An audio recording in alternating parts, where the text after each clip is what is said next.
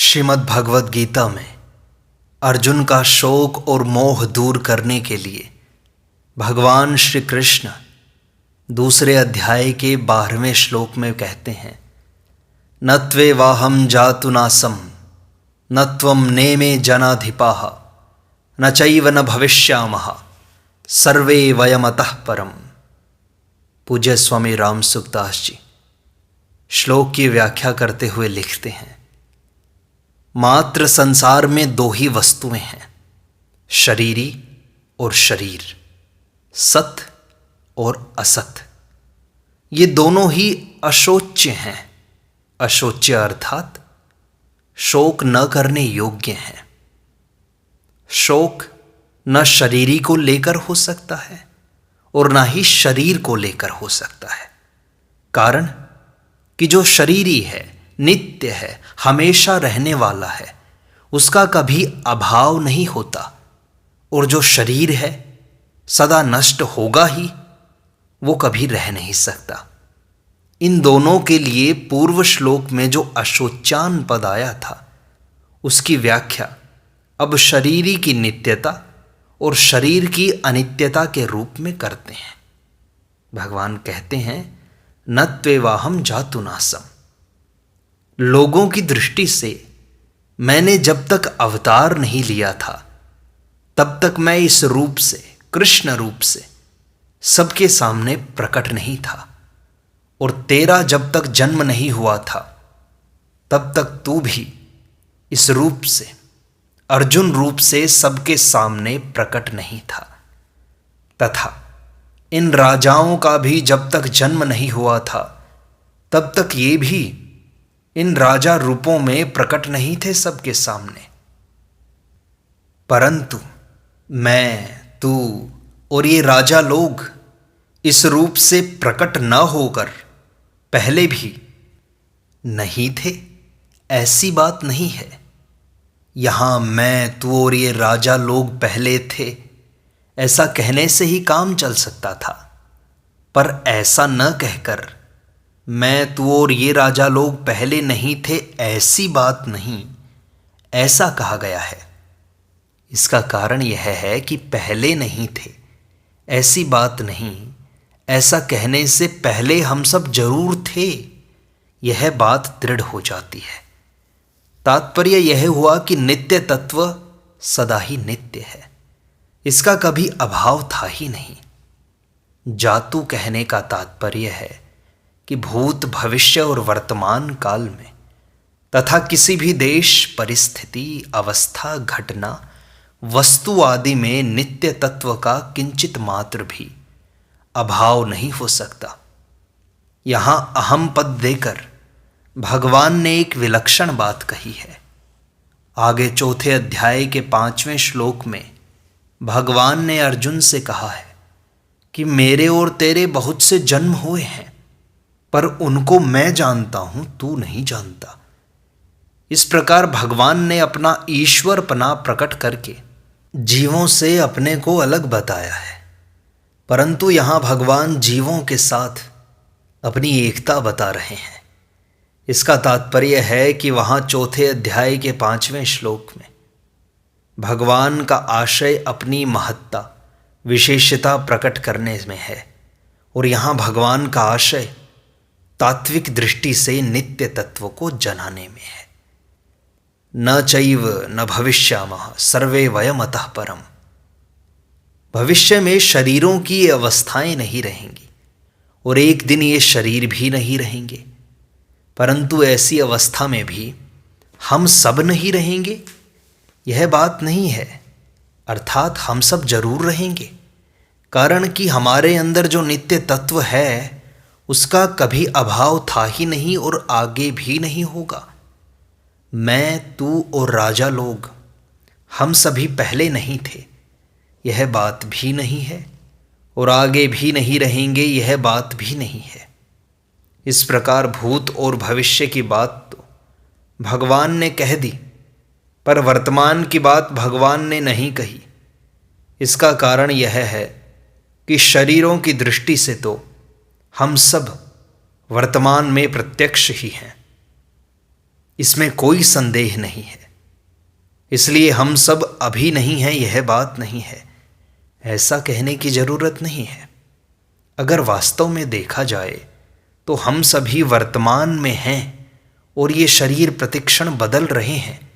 इस तरह शरीरों से अलगाव का अनुभव हमें वर्तमान में ही कर लेना चाहिए। तात्पर्य है कि जैसे भूत और भविष्य में अपनी सत्ता का अभाव नहीं है, ऐसे ही वर्तमान में भी अपनी सत्ता का अभाव नहीं है। इसका अनुभव करना चाहिए। जैसे प्रत्येक प्राणी को नींद आने से पहले भी यह अनुभव रहता है कि अभी हम हैं, और नींद खुलने पर भी यह अनुभव रहता है कि अभी हम हैं, तो नींद की अवस्था में भी हम वैसे के वैसे ही थे, केवल बाह्य जानने की सामग्री का अभाव था, हमारा अभाव नहीं था। ऐसे ही मैं, तू और राजा लोग, हम सबके शरीर पहले भी नहीं थे और बाद में भी नहीं रहेंगे, तथा अभी भी शरीर प्रतिक्षण नाश की ओर जा रहे हैं।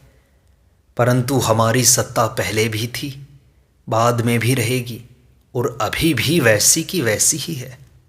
हमारी सत्ता कालातीत तत्व है, क्योंकि हम उस काल के भी ज्ञाता हैं, और भूत, भविष्य और वर्तमान, ये तीनों काल हमारे जानने में आते हैं। उस कालातीत तत्व को समझाने के लिए ही भगवान ने यह श्लोक कहा है। इसमें विशेष बात यह है कि मैं, तू और राजा लोग पहले नहीं थे, यह बात नहीं, और आगे नहीं रहेंगे, यह बात भी नहीं। ऐसा कहने का तात्पर्य यह है कि जब ये शरीर नहीं थे तब भी हम सब थे, और जब ये शरीर आगे नहीं रहेंगे तब भी हम रहेंगे। अर्थात ये सब शरीर तो हैं नाशवान और हम सब हैं अविनाशी। ये शरीर पहले नहीं थे और आगे नहीं रहेंगे। इससे शरीरों की अनित्यता सिद्ध हुई, और हम सब पहले थे और आगे रहेंगे। इससे सबके स्वरूप की नित्यता सिद्ध हुई। इन दो बातों से यह एक सिद्धांत सिद्ध होता है कि जो आदि और अंत में रहता है वह मध्य में भी रहता है, तथा जो आदि और अंत में नहीं रहता वह मध्य में भी नहीं रहता। जो आदि और अंत में नहीं रहता वह मध्य में कैसे नहीं रहता, क्योंकि वह तो हमें दिखाई देता है। इसका उत्तर यह है कि जिस दृष्टि से, अर्थात जिन मन, बुद्धि और इंद्रियों से दृश्य का अनुभव हो रहा है, उन मन, बुद्धि, इंद्रियों सहित वह दृश्य प्रतिक्षण बदल रहा है। वे एक क्षण भी स्थायी नहीं हैं। ऐसा होने पर भी जब स्वयं दृश्य के साथ तादात्म्य कर लेता है, तब वह दृष्टा अर्थात देखने वाला बन जाता है। जब देखने के साधन मन, बुद्धि, इंद्रियां और दृश्य ये सभी एक क्षण भी स्थायी नहीं हैं, तो देखने वाला स्थायी कैसे सिद्ध होगा? तात्पर्य है कि देखने वाले की संज्ञा तो दृश्य और दर्शन के संबंध से ही है। दृश्य और दर्शन से संबंध न हो तो देखने वाले की कोई संज्ञा नहीं होती। प्रत्युत उसका आधार रूप जो नित्य तत्व है वही रह जाता है। उस नित्य तत्व को हम सबकी उत्पत्ति, स्थिति और प्रलय का आधार और संपूर्ण प्रतीतियों का प्रकाशक कह सकते हैं। परंतु ये आधार और प्रकाशक नाम भी आधेय और प्रकाश्य के संबंध से ही हैं। आधेय और प्रकाश्य के न रहने पर भी उसकी सत्ता ज्यों की त्यों ही है। उस सत्य तत्व की तरफ जिसकी दृष्टि है उसको शोक कैसे हो सकता है? अर्थात नहीं हो सकता। इसी दृष्टि से मैं, तू और राजा लोग स्वरूप से अशोच्य हैं, अर्थात शोक करने योग्य नहीं हैं। इस श्लोक में परमात्मा और जीवात्मा के साधर्म्य का वर्णन है।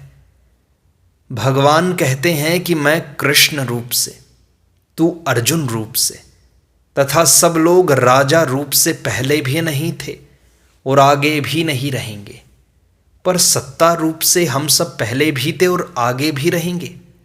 तात्पर्य है कि मैं, तू तथा राजा लोग, ये तीनों शरीर को लेकर तो अलग अलग हैं, पर सत्ता को लेकर, आत्मा को लेकर एक ही हैं। शरीर तो पहले भी नहीं थे और बाद में भी नहीं रहेंगे, पर स्वरूप की सत्ता पहले भी थी, बाद में भी रहेगी और वर्तमान में तो है ही। जब ये शरीर नहीं थे तब भी सत्ता थी, जब ये शरीर नहीं रहेंगे तब भी सत्ता रहेगी। एक सत्ता के सिवाय कुछ नहीं है।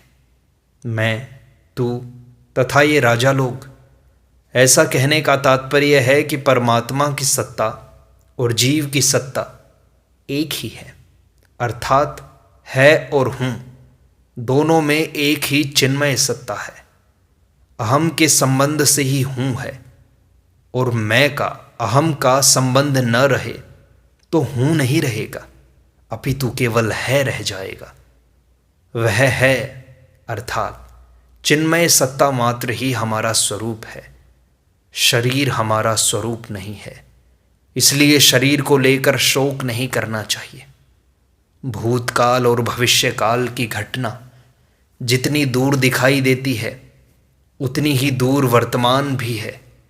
जैसे भूत और भविष्य से हमारा संबंध नहीं है, ऐसे ही वर्तमान से भी हमारा संबंध नहीं है।